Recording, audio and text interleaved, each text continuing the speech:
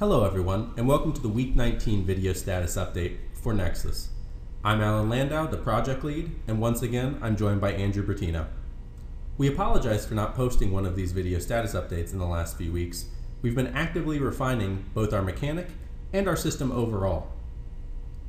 For those who aren't aware, Nexus is a desperate, supernatural action-adventure game set in the hidden ruins of a forgotten civilization.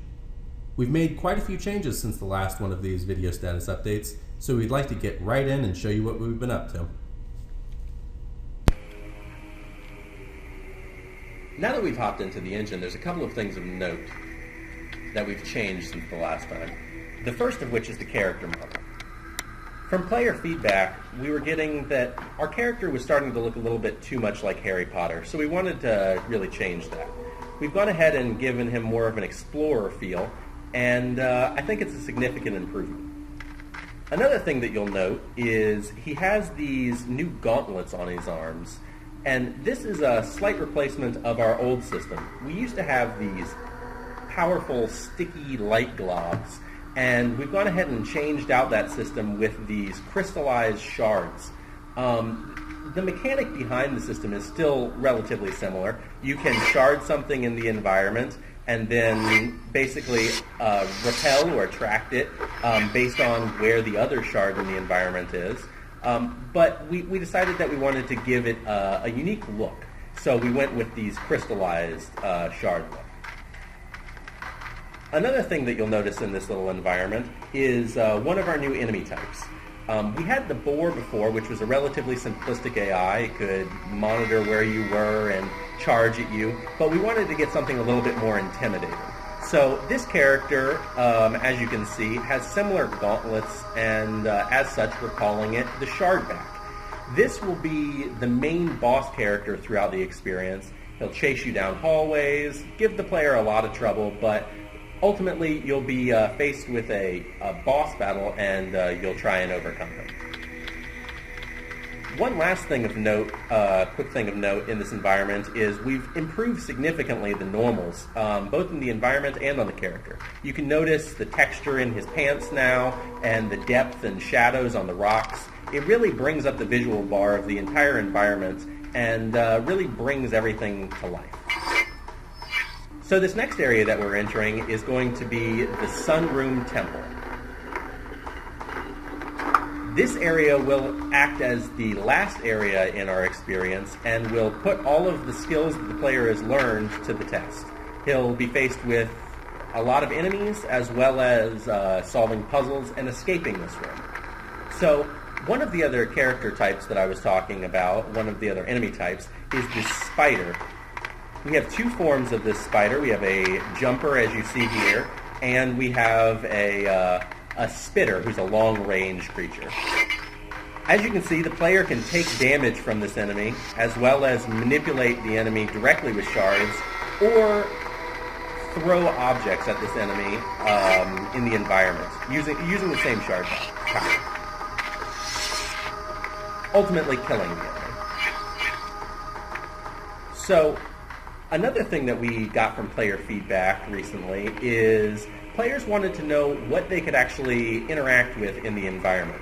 This brought about what we're calling shard vision. Players can bring this up simply by holding down a button on the controller, and it gives a nice little overlay to all of the elements in the environment that the player can manipulate.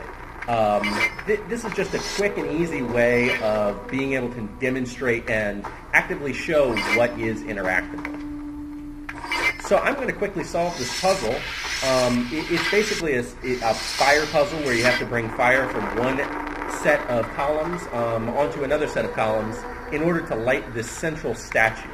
You do this by using your powers and manipulating these chandeliers in the environment to spread the fire throughout the room and light the other columns on the other side.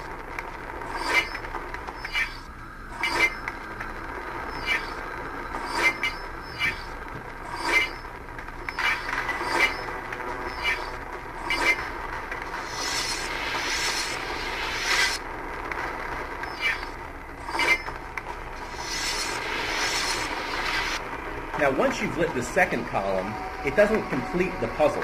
As you can see, one trough is already up and raised, but this one is down on the ground.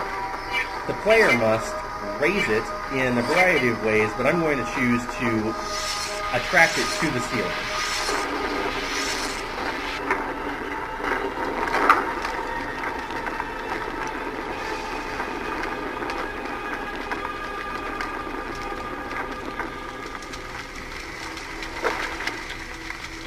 By doing this, I've completed the puzzle and shown the reveal as to where the player is to explore next, but I've also inadvertently set the room on fire around me, which I now must escape.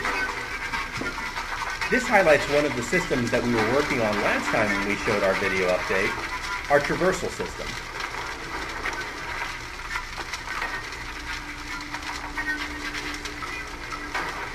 We're still actively tweaking this system so that we have a little bit more flexibility and forgiveness for certain players. But the key thing to note here is that it's a dynamic system that the player can basically scale anything in the environment, given that it has collision and that the player can reach a ledge.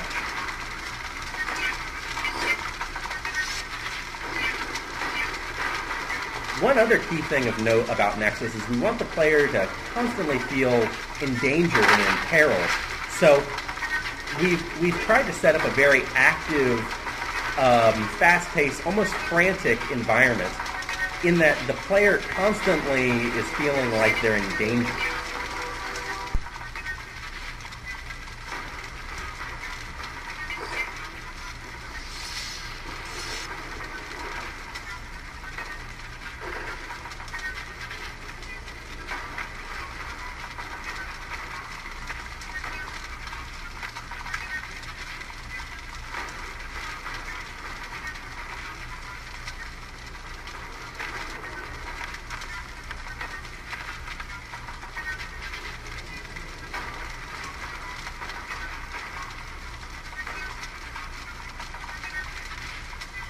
So now that you've seen this area, I hope that you can see the improvements that we've made in a majority of our systems and our art.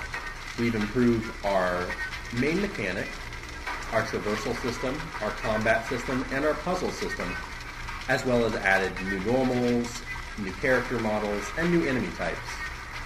I hope you enjoyed this video status update, and I hope that you join us again next week for our next video status update. Thank you very much.